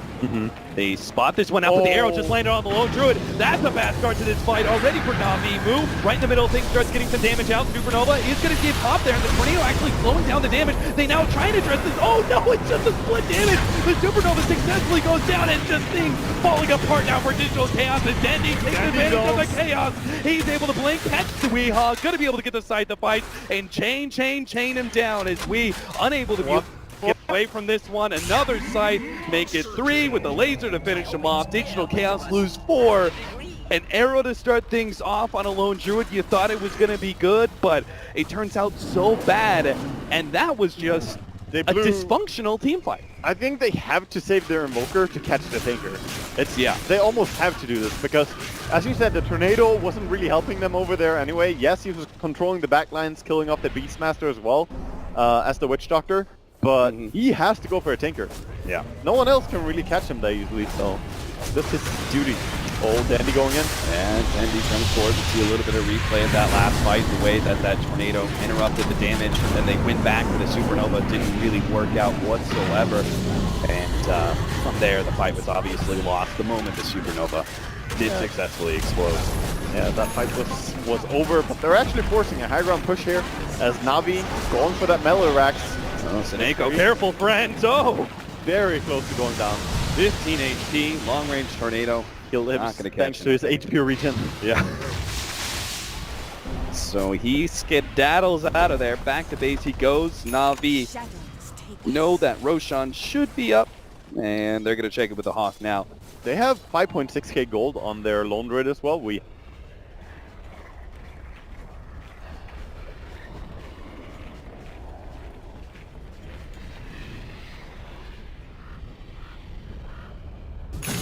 Oh, he goes for a Abyssal on his main hero, I guess, or even eating the Moonshard. It's fair enough. You could use some extra disables. Oh, for sure. A slipper hero like... It's the way to counter like the Void. a Void and Invoker. If you ever get close to the Invoker and you chain stun him, Abyssal first and then afterwards Savage Roar. Very great way to bring him down. General in the Roach Pit here, getting hit by an arrow, but DC gonna back off. DC, I believe they've already used... Is that another smoke that they just popped? They did, indeed. Okay. They're smoked right now. So this has got to be like their last smoke, right? They used one for the last fight. They blow another one here. They're going to make their way through the Radiant jungle, try and catch something. They have one more smoke in 2 minutes, in fact, so this one okay. doesn't have to work, but it would be nice for him if it did. I'm surprised they have so many smokes. Navi know exactly where they are. Yeah, it's quite long of a game, actually. 52 minutes in right now. Yeah, to It be able doesn't to feel blow... like it because they've been fighting non-stop. Mm-hmm. And Seneko... 10 more seconds. Navi can still take this fight. just want to stall a few more seconds and they can have that Spirit Bear and essentially be at no disadvantage to jump in on Vincere. Socks up, blinks himself forward, thinking to be able to counter-initiate, doesn't find the opening. Meanwhile, Moo's going to be the target. Cold Embrace is going to buy him a little bit of time, but Dendi, he's actually just a sitting duck until now the Chronosphere comes in. They're trying to just Dendi. They do get the Supernova, but Dendi, he's a tanky mother, and he's going to be able to survive through all of that. Dendi and now has to rearm, turns, gets inside the fight, he's going to be able to take out Resolution. 2 buybacks from DC, and 2 heroes down, 2 more they're going to have to buy back, especially if they lose Weehaw. Dendi going to be able to slow him down with the Shiva, unable to get the vision go to be able to see him out. And don't tell me Dendi's going to be caught here. The Winter's Curse with the meatball right over it, but they're invulnerable. It doesn't do anything, but Dendi, he pops the Bloodstone, commits suicide, 45 seconds to the clock. They're going to be able to get the Lone or the Spirit Bear as well, but that's just not enough. Digital Chaos, a nasty fight before that. If it wasn't for the fact that Dendi moved forward like that and had the Bloodstone suicide, that would have been a huge win for Na'Vi. It would have been. That was very expensive for DC though, buybacking again on both their supports. They've done this before in this game, and this really hurts their economy, but they're keeping themselves in the game. And DC, of course, pulling out the next level anti-combo, the Winter Curse and Deafening Blast. I do enjoy watching that. It's so sad seeing Tornado inside a Chronosphere and then Meteor on top of Winter's Curse. Oh man. Sometimes you just have to everything a guy, and Dendi is on that hit list right now. You see him everything. All right, so a lot of buybacks blown from Digital Chaos. They are on the verge of losing this game outright, but they do get a momentary reprieve. An Aegis on the Faceless Void, but they also pick up the cheese from that one. That's on the Enchantress. Yeah, she's gonna make good use of that. She has quite a lot of HP, so if she can get out of the chain hexing for just a second to use that cheese, maybe that could turn around the fight. Yeah. Also, the mana is welcome for her. She hasn't gotten to that point at all where she has the Moon Shard, and I think in this game she actually has to go MKB next. Yeah, if I think so any too. item at all. So, not the easiest game for Enchantress here. Laser and Radiance, and even that one fight where we had the Chronosphere Tornado, it was Misery the one who was addressing the Supernova the most, but he missed a number of shots. Part of it being uphill, part of it being, I'm sure there was some Radiance burn damage in there as well that caused some misses. There was just a lot of issues there. I agree with you. I think MKB is actually the priority for Misery now. Oh, for sure. Interesting to see. They have the refresher, of course, on Weehaw. So big plays could be available right now with the Invoker. Gonna keep a close eye on him. See what he's gonna be doing. If they can, it's all about the initiation at this point, right? They need to be able to catch the Tinker, and even then, they get the right kind of Splinter Blast into Refresher combination from the Invoker or any of that. Like, Digital Chaos can cream the fight. Otherwise, though, Na'Vi, they're going to be preying on Chaos, right? If they can actually dodge some of these initiations, looks like General a bit too far forward. He's definitely dead. The arrow lands on him, and even if the damage is all up, they're really going to fight this one. Oh, no! The Chronosphere catches Kaneko as well as Digirah, and I'm not sure how much Dendi can really do to stop this one. It looks like the ultimate going out for the Witch Doctor. This is not really doing it. The refresher goes out from Weehaw, pops that Deafening Blast. Again, Digirah will get taken out by the last shot from Misery. Resolution ever so barely keeping his Aegis just alive. Art Style into the trees, but Mo catches him. He sniffs that one out. Yeah, he finds him. Wow, what a terrible decision. I have no idea why Na'Vi chose to take that one, but that was. You should probably just accept that General died. He had buyback anyway. It doesn't matter at all if he dies. Yeah. But they walk in and Chrono was there, saying hello to him. That was also an Aegis on DC. That's why it blows my mind so hard that Na'Vi went in for that. Maybe they get a little bit too greedy on the back of Dendi and his massive killing sprees in this previous fight. And they've also got some great high ground defenders. Witch Doctor and Phoenix, some of the better supports at it, even if they aren't the greatest Tinker. Yeah, and obviously the big one being Tinker. Yeah. They're in a hard spot right now. They don't have... Yeah. There's not much Dendi can really do here to stop this push. Can't get any marching machines or lasers, because then he would just get too close to DC. So, he'll start chipping away at them. Spamming out what he can. But they do lose one Rax there, and that's the first Rax of the game actually being taken by DC. And this is a very bad indicator for Na'Vi, because they don't really have the best late game. Even though they are the top farmers by far. Siege Wagons! Get him, Cardi! Oh. So close. If only those Force Spirits were going for the range Rax. He'll be back for that. Yeah. either way, it doesn't really matter too much. The important Rax was the melee one. And that ranged Rax will go down, I'm sure. So, in response to all these BKBs on the side of DC, Dendi has actually opted to drop the Aghanims and pick up the Dagon 5. So he's trying to single target more, burst off one guy really quick and go for the next one. Very old school Tinker style. Yeah. And I think that's the correct choice, because he's no longer having that massive impact with the laser, shutting everything down. Yeah. The more the MKBs and BKBs are able to address that miss percentage. And also the HP pools just going up means you need to single down more instead of trying to kill everyone at once. Yeah, we're seeing time and time again Digital Chaos are surviving with less than a quarter HP. And maybe Tinker can actually change all of that. Oh, Mirana Invis going in on mids. Is there still a gem on? I don't think they have any Resolution ready to detection go. at all. General. Oh. Okay. All right, they catch him this time around. Navi. Worked last time. Don't charge him after General gets picked. Yeah. Artstyle barely gets away. That Winter's Curse was ready to go from Saxa. And Faceless Void is up at 6,000 gold as well now. Could be going for the Moonshard next. Yeah, I love this choice by Moo and Weehaw. Boot to travel down to the bottom lane. Stops the Tinker push immediately because Tinker's naturally going to try and go to the opposite side of the map to split push. So it addresses that real quickly. They're going to be able to take a tier 2 and go high ground from there. Yeah. At least they can maybe force the buyback if it happens, just back off immediately. They lost the Aegis right now, so they might want to just back off and not risk it. They have buyback on. Yeah. They have buyback on all that. They just want to control the map right now. In fact, he's going for the Daedalus. Full Daedalus is bringing. Oh, he's selling off the items again. Not really sure here. His resolution. I like the idea of Daedalus, but we'll see if he wants to buy it, as Aegis could be up soon, and he might be the one to take that. Then Moonshard could be better. Yeah. Sir, yeah, I guess Moonshard and just wait for next Aegis and then go for your next item. I think it's going to be the play. A tense game 2 between Na'Vi and Digital Chaos. Well, game 1 was the second fastest game of the Manila Major so far. Yeah. So why not make it one of the longest games? Only to be outdone by complexity. Swinamelons. Or newbie, if you want to. Yeah. Well, I was going to say Swinamelons always likes to be first. So. Oh, right. Yeah, sure. Got to be first in something, right? Well, that's harsh. I don't know if I'm going to be let back in the room if I answer you. Resolution. Oh, he catches Dendi. He blinked right into that one. They're going to be able to deal with our stuff first. He's gone. Dendi is going to be going down quick. Still the defensive blade on the Resolution actually Joseph's enough. Dendi, though, hit by the tornado. He's going to come back down to ground. So very hard reality is now.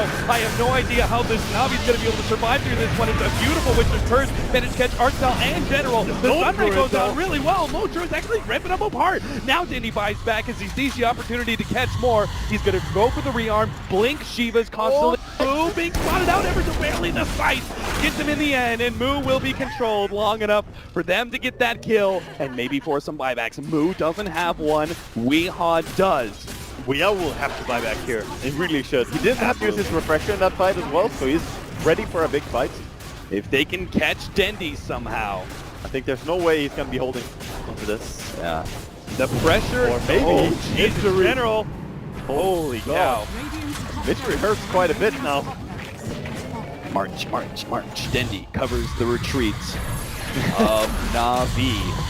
But that is still, I think, ultimately a win from Digital Chaos. They have a very distinct, clear-cut win condition, which is kill Dendi, the game's over.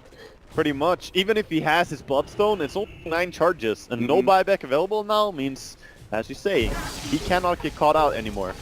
And Faceless Void has so much damage output right now. He's looking for mid, but doesn't have Chrono Spirit just yet. Yeah. If they can just get buybacks on their heroes for the side of Digital Chaos and push in the next 2 or 3 minutes, they have a pretty big opportunity to be able to end this game. Oh, Saxayas has the counter Tinker item. Nice. The Lotus Orb. That is so massive. Not only does it remove the Hex if you have a person who is currently being hexed, but also Tinker, big chance of screwing himself over. Every little you could possibly get. They're going to TP Scrolls Tome, and I'm not even sure the Vanguard's going to help out too much, but we'll see. They are going to be able to take the mid lane of Rax. 10 more seconds on Weehaw, and that is not enough time for Na'Vi to do anything else but take the mid lane of Rax. They're going to start backing themselves away. So, very good timing on that push by Na'Vi. Just realizing that we should have enough time to kill this and put them in a really bad spot. Even if they have buyback, they don't want to use it there. I think this is smart. I think Na'Vi really want to hang around this area and see if they can get a quick surprise pick or team fight on DC, knowing that DC have an opportunity to be able to go for some sort of endgame scenario, but if they play too aggressive and get into the wrong kind of fight, General's going to be able to jump. He's got Resolution already controlled up. Now Senego gets right in the middle. Things really great tornado. Definitely Blast goes down as well. Weehaw, Supernova laid out. Resolution has to deal with that one first, and now General trying the middle. Things can't kill the egg. Well, he can't kill the egg in time. That means now Weehaw's going to be stunned up. BKB activates, but he gets bashed up. Definitely Blast goes down, hits Dendy in the background, but Dendy manages to blow up Resolution. The Daggett goes into play, and here comes the buybacks. Oh, the arrow! Move! He hits it on Dendy. DC, they get the ult, but they're not going to be able to follow that up. Void is so scared. He doesn't have BKB ready. He can't go in. Weehaw has to be careful here. His team is not willing to back him up on this one. They bop back, hit the arrow, still not choosing to go for that fight. And Na'Vi are now the ones with a huge advantage. They just forced the buyback from DC. They can give themselves the Agents and Cheese. It's the biggest back and forth series I've seen so far. And DC, they've had a lot of games like this. Against Wings, it was also very back and forth. But looks like Na'Vi in control right now. Gonna go for the Aegis on Tinker, if they can get it. Oh, actually, he picks up the cheese. Oh, wait. He's gonna swap it up. He wants the Aegis. Yeah. That is definitely the play. With all the... I mean, you know Digital Chaos are willing to blow Chronosphere and everything they have to be able to kill you, so... Can't rely just on a cheese. Resolution is pretty willing to blow his Chronosphere on just about anything he can find right now. I mean, the poor Beastmaster's been taking a few of them. So it's just he has the Abyssal Blade, right? On the Lone Druid Bear? Yes. So he's gonna get second Abyssal Blade, right? Yes. Yeah, okay. Yes. It's a pretty... Let's go. It's a pretty standard build, just going for the multiple. And then you have so much disable coming in with the possible root, more bashes, and then Savage Roar, of course, being a beautiful skill. Yeah, between those two guaranteed bashes and Just looking for a Tinker pick if he can find it, but in fact, just got a meatball and split pushed out a little bit. Gotta keep up that pressure. You know, Na'Vi. Gotta look at a strike here, Misery. Once they get into your base, too far forward. Your base, Master and Lone Druid, right? They kill it off so quick. DC have to be aggressive in the way they take this fight. I think they should actually just get rid of Manifestile and Void and get Pink Dagger. Positioning for him is pretty worth it right now. Either that or get the Refresher Orb. I'm not loving the Daedalus pick that he went for last. I think either Blink or Refresher would have been much better. Given how farm Weehaw is, he doesn't necessarily have to be the primary damage dealer, right? He can like the decision can be everything they need because he's got 3 damage dealers behind him. Even the Enchantress can deal, and Top trying to go in. BKB being used for this. Okay, Lone Druid, guaranteed tier 3. It looks like maybe even a melee Rax with this BKB, and they just can't stop it fast enough. Now here comes the Chronosphere. It's on Raw. This isn't enough, but maybe if they can kill it. Oh, no, there actually goes the Supernova. They managed to be able to buy time to be able to get the save. That's going to be a full refresh. Raw heals up to full off of that Supernova, and Digital Chaos have blown their BKBs. The Split Blast onto Archstyle is going to be able to get the one-off kill there, but Digital Chaos still don't have enough guaranteed win this fight. As now Na'Vi start coming forward, Digital Chaos all low. They're going to have to give up their melee racks. There goes that counter item to the Tinker. It's they all get the disable onto Dendy. DC, they've given up a lane of racks, and now they just need to get back to bounce, but now he gets bashed up. Weehaw managed to get the save there from the Cold Embrace, but they got the roll on him. He has to go back to the bounce to try and heal himself up. Actually pushing forward. Definitely Blast takes out the bear, now going for Raw. Senego trying to help out, but he can't just stop it. Dendy comes in, blows up one, going for another one. Misery, he's going to be target. No, he gets bashed up. There goes that Aegis. Misery still down. Raw, he managed to barely heal himself over the cheese. He's still going to go down. Dendy right in the middle of this free arm, trying to stop it, but no. He ends up going down. 2 minutes on the clock with no buyback. Chase going after General as well. Just trying to catch more. He's trying to get it. Shadow 5 Blade. more seconds. Shadow Blade, TP out. Point blank arrows will stop that one, but they don't have the vision. They're trying to be able to catch this. And meanwhile, they bring down the Phoenix as well, chasing with the Winter Wyvern and Invoker. great kills there. Wow, this game, it's just so intense. 10 more seconds. We'll have the buyback for the Tinker up in time. But DC with 2 racks down against a Lone Druid, there's no way they can just sit in their base anymore. No, DC have to go. They're definitely on a clock here where they want to push and even out the racks at least. They're in such a dangerous position, having no tier 3 tower bottom.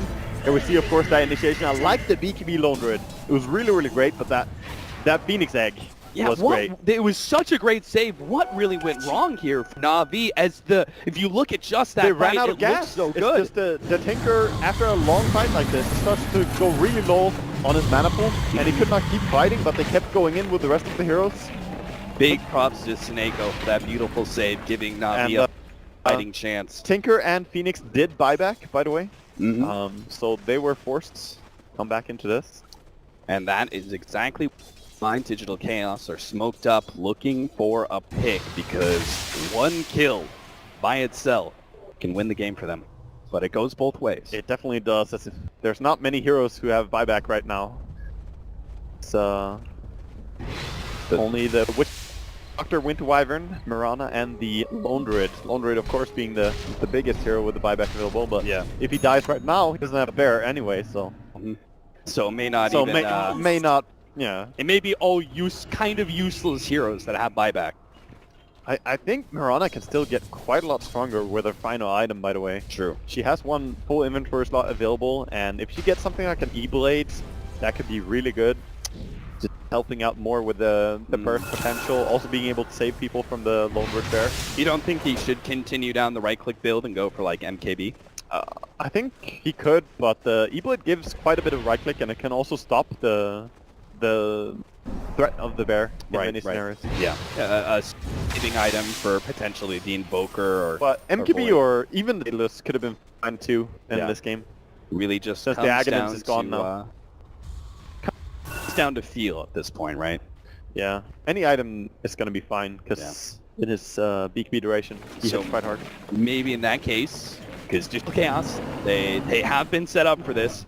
They can sit back because the buyback was used on the Tinker. They forced enough. They don't have to continue to be aggressive. Maybe they sit back, spend their time farming, get those next round of super late game finishing items, the finishing touches on these cores, and force Na'Vi to be the ones to attempt to go high ground. But that is still a dangerous proposition. Letting Na'Vi determine the pace of that game by giving them the opportunity to push into you, even if you win that defense, you still may get mega'd and be forced into a situation where you have to all-out push into the enemies. So Yeah, and the danger of getting picked off in this game, DC actually have a smoke available in their shop. I feel like they never run out of smokes. I don't really know how. But Na'Vi, they have 3 minutes until their next smoke. So there's a little bit of a timing window here during the buyback being down, where DC could go for a smoke play. maybe they were stockpiling them in the early game. They probably were. I mean, buying one smoke immediately to start the next cooldown is a thing. Aggressive wards being placed down by Na'Vi. DC still want to keep this map control. Trying to wrap around here. They know the enemy are on the other side. Trying to Sunstrike and Arrow, find any intel they can. Oh, nice. Tornado, ward there actually for gonna Snake. catch art style, but Yeah. they're not gonna go in for that. The ward looks like going to be cleaned up. I mean, they've been pinging it, so they know about it. But Snako tried to get himself a really aggressive ward inside the enemy base. This Arcane Rune Invoker just having fun. Sunstriking so quickly again. Octarine and Arcane Rune on Invoker. I kind of feel bad for him that they didn't get to take a fight during this. He's like, who needs rearm, right? Definitely. Just have enough spells to always cycle. And I'm looking to art style and thinking, where is he gonna go now? Is he gonna go for a BKB next on his Witch Doctor? Because he's actually got 4.1k gold. There's so much money on everyone in the game. Ultimate. This late into the game, it doesn't do quite as much, but it's still definitely one of the decent threats. That X upgrade. Yeah. Looking across all the heroes in the game right now, there's almost 4,000 gold stashed in just current gold. Like, that they're holding on to, not items. Yeah. Which is very funny. But, of course, buybacks are big. We're 22 minutes in now. Both teams trying to respect a lot. I like this BKB pickup though for Dendi. Yeah, at some point you need a BKB, and he's just trading off a little bit of his nukes in order to be able to go more aggressively into the center of the fight. Yeah. But he still has to be careful about some things though. Wind Wyvern ulti, the Enchantress and her impetus damage, and of course, the Chronosphere. Yeah. And that is really the big thing, right? That with the BKB, this now forces Digital Chaos to try and get that Chronosphere on you because they can't rely on the... Well, I guess there's still the Winter's Curse. And it's not just that Chronosphere, it's one of the Chronospheres. Yes. Because he has that Refresher available now. BKB, Blink, and Refresher. I love how he just changed up this itemization for late game. This is a great understanding of what he needs to do. Both teams poking and prodding at each other, but neither one giving up an opening in their defense. Oh, this could be a good smoke though, but they see that no one is pushing bottom, being a little bit wary here. Now we're gonna TP straight out. Alright then. Not this time, DC. Not this time. No. Man, the vision from Na'Vi is It's disgusting. so good. The Hawks, the Boars, and their wards of course. Look if we look at Digital. DC's, Yeah. they have the defeatist wards. Not just one of them, but three of them. I always call it that, because people throwing them down before your tier 3 tower falls, that's the defeatist mentalist. Yeah. Word. I mean, it's also such an extremely defensive position in that it just means that you're never going to feel comfortable. Well, your aggressive smokes are just almost impossible to pull off when you do this, because you have no intel outside of your base. You're just like, okay, where do we go? And speaking of smokes, here comes Na'Vi. Na'Vi in a very interesting position to be able to catch Digital Chaos as they just may push a bit too far forward. They see them. Oh no, they're actually in the high ground. They see the board. They know Na'Vi's close. And they just need to see the opening general get to the jump on a move. But immediately the Cold Embrace gets laid out. They get the Supernova. It's on the high ground too. But it may not affect the fight. It's Resolution. Managed to get the Chronosphere. Refreshes, but he doesn't have enough mana. He can't actually pop it. He gets the BKB a secondary time, but it doesn't matter. He's being ripped to shreds by the Bashers. Now the Winter's Curse comes in to save him, but it may not be enough. They manage to get the Tinker. He's down for 2 minutes and a half. Digital Chaos are actually going to be able to win this fight. Here comes the TP in. They're going to try and win this one without now the ultimate Chrono. Resolution stops this jump in. Tinker still has an opportunity to be able to come in and try and wipe out a couple of these heroes. Here comes Denny. He stays close, blows him up. Saka's up next. Bye-bye, Birdie. Next up, General. They're trying to find more. Dendi, he's not going to see anything else. Digital Chaos managed to keep both the Void as well as the Invoker alive, and they still have 2 buybacks. That timing for Dendy's buyback to come off cooldown, he's like, just let me come back into the fight. He's spam clicking, he's like, back, damn you. Definitely, and they get the sweet payoff as well. Aegis and Cheese just waiting right there after they win the fight. All right, a second life for Dendi. He needs it too.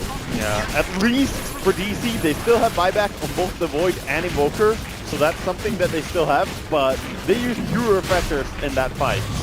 And if they push right now, Na'Vi are in a great spot to close this game. Digital Chaos hoping to be able to hide on their high ground and keep their buybacks intact, but that's just simply not going to happen. I think Na'Vi, they're going to go down this bottom lane. They're going to force the buyout. There's already one from our Winter Wyvern. He knows it's coming. Might as well do it as soon as possible. If you know that you're going to get forced to buy back, do not hold off on it, because then your cooldown is going to be longer later on, right? Yeah, maybe, just maybe you scare Na'Vi back enough, long enough that Moo can keep his buyback, which is obviously way more important. Maybe the stalling tactics of Splinter Blast, and it looks like it might actually work here. Na'Vi are not in a position to be able to push forward into the base, so they will keep that critical buyback. And these little things that we're talking about here may not seem like so big, keeping one buyback on one of the 4 damage dealers that you have, but when the game, the margins here are so razor thin, every little bit helps in that final clash. And that's where it's just so nerving to play against a hero like Tinker, because you know, he has Aegis now, he's going to be very aggressive, he could look to just initiate on anyone, and the Chain Hex, there's no getting out of that, unless Winter Wyvern is there to save you. So they really have to play close and make sure that they have the Lotus Orb to counter Dendi. Dendi farm, I don't know what you're possibly going to be able to get this late in the game, but he's 9 slotted right now, I guess, but he's farming for wards and stuff, I suppose. It's not like his supports are starving or anything. They're looking pretty good on their their end in terms of item progression. Well, Digital Chaos are happy to try and wait out the Aegis. I don't imagine Na'Vi are going to give them that opportunity. I'm sure this high ground push will be coming before the Aegis is down. It's just so risky for Na'Vi as well to force a full 5-man push when there's Refresher, Void, and Invoker. We saw in that last fight, if Void did not run out of mana, that would have been so sad. Actually, he needs to somehow get a little bit more mana into his pool, because he has 900. So, when he goes, he doesn't have enough to use 2 Chronospheres. What do you need to swap out? You need to, like, get a Scotty to swap out for one of those damage items? There's no mana boots on your team or anything. I don't know, maybe he needs, you know, Saksa to pick up a bottle and start bottling him. Give a mango. Operation Operation Mango. All right. Yeah, that's what he needs. All right. Let's see. It's quite important. It really is, because normally when you have Refresher on Void like this, you definitely want to use your 2 Chronospheres after each other and chain stun something. You don't want to do it 2 times in a fight but at different moments. Yeah. Also, this Mjolnir effect looks really crazy on Move. I haven't paid attention to it, but the red lightning, it's kind of cool, dude. Oh, well, yeah. Oh, that's the compendium in words. Yes, and look at it, dude. Oh. Pretty lights. Pretty lights.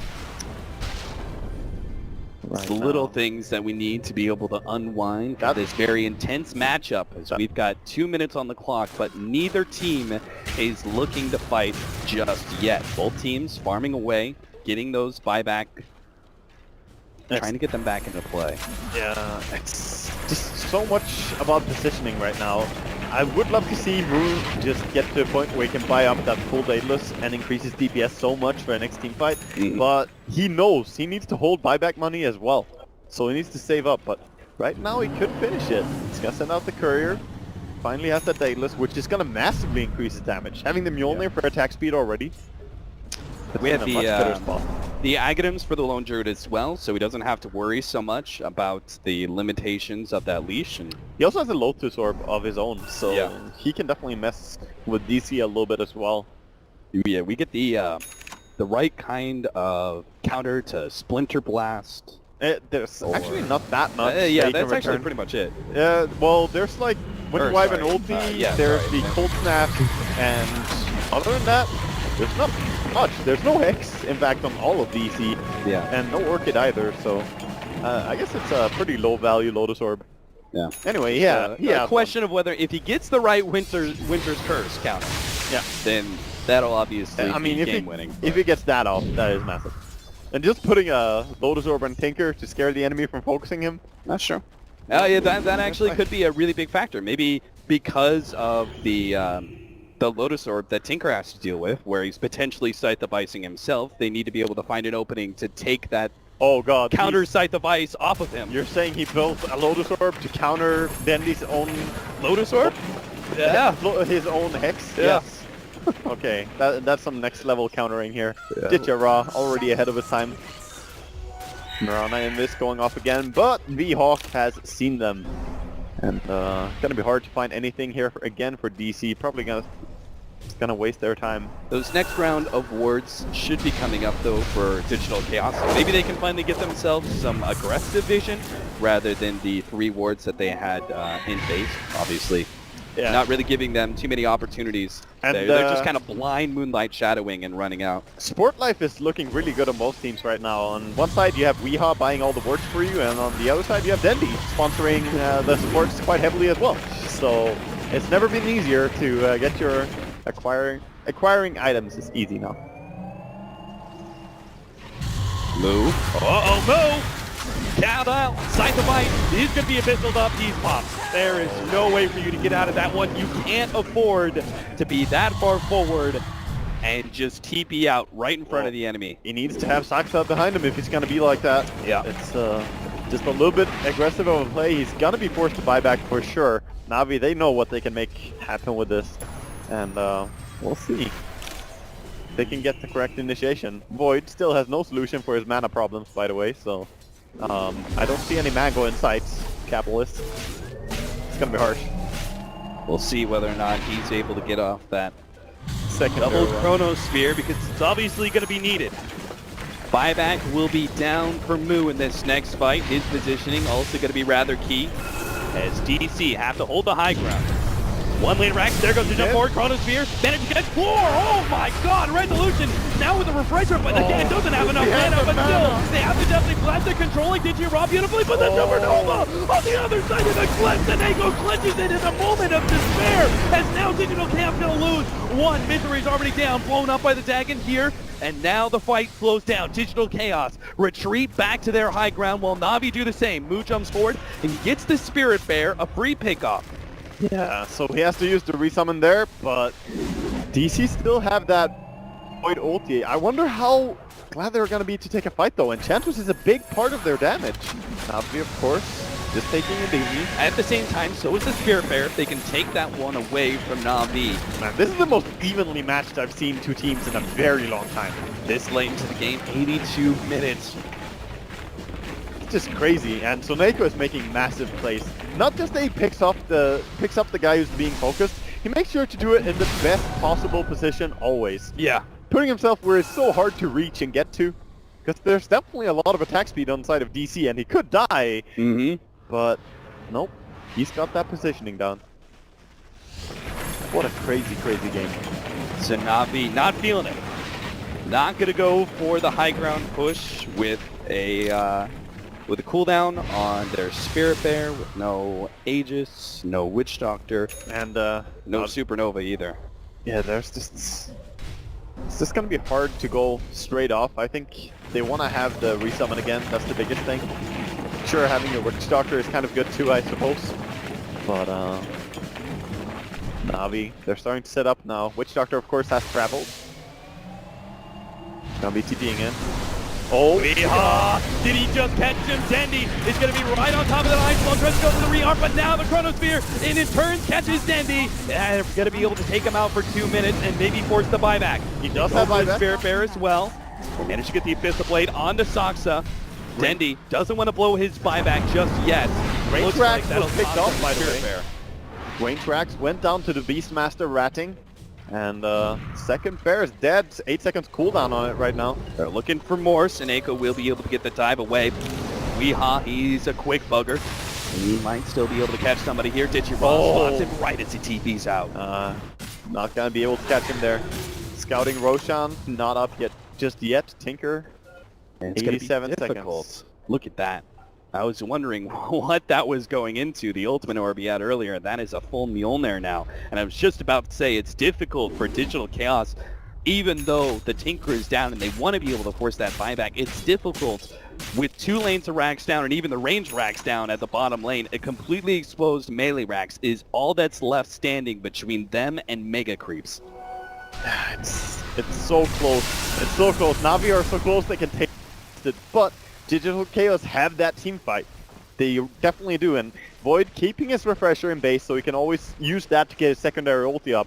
But now with the Mjolnir, he's gonna add tons more damage as well. I feel they're just scaling slightly better than Na'Vi here. So much money put into Lone Druid and Tinker. Are they going to go for a play here? Go for the play onto the melee racks. The Spirit Bear, it's going to go for it. Backdoor protects and be damned. It chunks through. I mean, it is slowly doing it. Yeah, slowly but surely.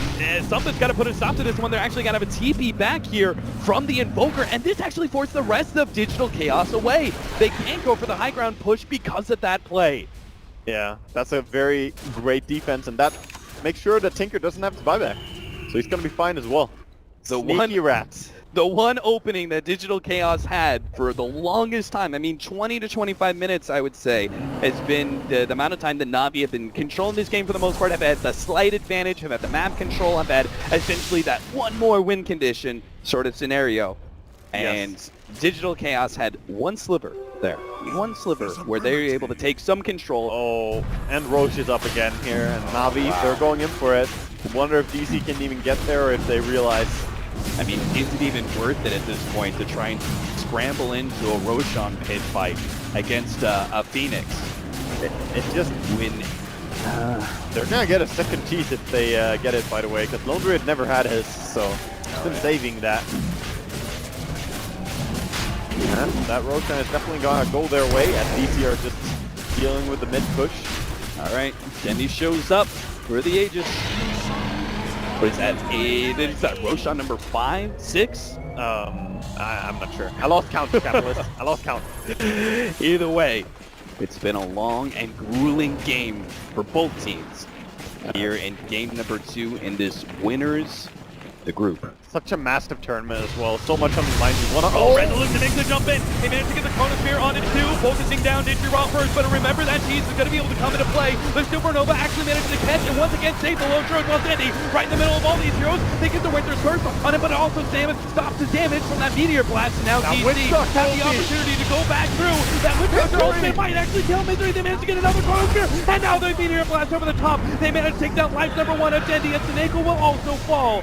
But now Dendi's back, and he sees the opportunity to be able to end this game outright, but maybe he's too far forward. Resolution, he managed to hold the Savage War. He gets him off on Dendi. Dendi's still trying to back himself away to split the back a little bit more. Resolution going for it for the side of the fight. A little bit more damage. Baby, Resolution. He just needs a block for the lightning to finish Dendi off, but he gets it. He gets the Dendi kill. No, Dendi still dies. He has the buyback ready to go, and so does Resolution. Meanwhile, the Bear is chasing down, stocks up, but Ninja Raw's gonna go down first. Oh god, the arrow actually brings down Dendi there through. Precisely fires it off, but now they are mega creep. They have to go now and finish this game. Not gonna be able to play this one out. They catch the Spirit Bear again. This actually could be big. Yeah, EKB goes down. Run. They know they have to save this Bear, but another bash comes through. The Sunstrike also going to be able to land and finishes it off. And now he has no Spirit Bear, even if he buys back. He can buy back and buy Refresher though. Oh wow. He can actually do that. That would be insane. He can actually buy back Refresher and then have his Spirit Bear. And he might get forced to do that. We'll see. As DC are pushing down the mid lane. But these mega creeps, they're hard to kill. Saxa is really struggling trying to bring them down. Divine Rapier on an Invoker, full right-click build here from Weehaw. He's got something to prove, even if this isn't secret. If he could take gonna do it. The secret. There it is. The Refresher, a second Spirit Bear, and this is something that Digital Chaos may not be expecting. Something that turns the tide into Navi's favor. 25 seconds left on the Tinker, but the buyback is inevitable at this point in time. There's no way he can leave that one. DC threatened to go straight for the throne, but now bounce back. Take the tier 3, start retreating. Navi, they've got Megas. There's not necessarily a whole lot of need, but now the Moonlight Shadow, the fake back, go back in. The Spirit Bear is actually going to start threatening these tier 4 towers. Necro revealing them, they can't get in and find a pick. They can't get anything. And meanwhile, their base is also being ratted. Yeah. Just slowly, this Spirit Bear... Oh, they catch the Spirit Bear! Oh, the Spirit Bear actually may be decent here. That's a good pickoff if they can get it. Come on, move. Oh, the arrow just in time. Now the Cold Snap is going to be able to control the Spirit Bear. We've never been so excited about a summon kill like that. But again, any razor-thin margin that goes one way or the other for these two evenly matched up teams can mean everything. 60 seconds for a Spirit Bear, but it's all up to Tinker. It's all up to Tinker right now. Keeping the lanes pushed in, make sure that they don't get to their base. Of course, he has no buyback though. So he's really got to play a little bit scared. And of course DC trying to make their way to the base again. Everyone just making their way. They have Travels on Invoker, but he doesn't want to push too far bottom when he knows the Beastmaster and Tinker could come in. Right. Your team does seem to be able to handle Megas pretty well. You already had the Invoker with the Mjolnir earlier. They just have so much farm on the side of DC. That's how they handle it. Yeah. They're just really farmed.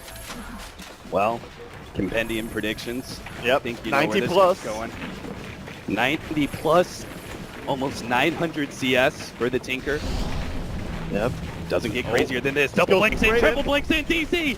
Oh, they're grasping in the dark for anything to be able to seek out Navi, but Navi already back in the pound. They're going to go straight for the throne here, trying to threaten Navi as speedily as possible and force them into an air. Here comes the Chronosphere. They're catching out Seneko, but the Lone Druid's right in the middle of everything, going for move first. A Refresher goes out, Primal Roar onto Weehaw. They get the ultimate on him, but they're controlling him well enough. They get the kill. That's going to be the Divine Rapier on the deck. Now max buybacks. DC threatening to be able to try and get back out of here to be able to save anything here. Resolution is going to be the target. Supernova goes down, and now a Chronosphere. It whiffs everything but the Supernova will go down, yes, sure, but Navi are still in good control. The arrow comes out, Arcel, he gets caught, but they're going for the throne. DC, you're in trouble, Navi. They've taken their tier 4s, they're beating on the throne. Oh my god, they're gonna do it. Navi have done it. Navi have claimed the groups. 4-0 taking out DC, and a 2-0 sweep as they go for the throne race. Look at Navi them. are back, baby! Those are some big smiles after that. 91 minutes, 27 seconds. And it came down to that. A TP into the enemy base. Dear God. There is no question about who deserves to move forward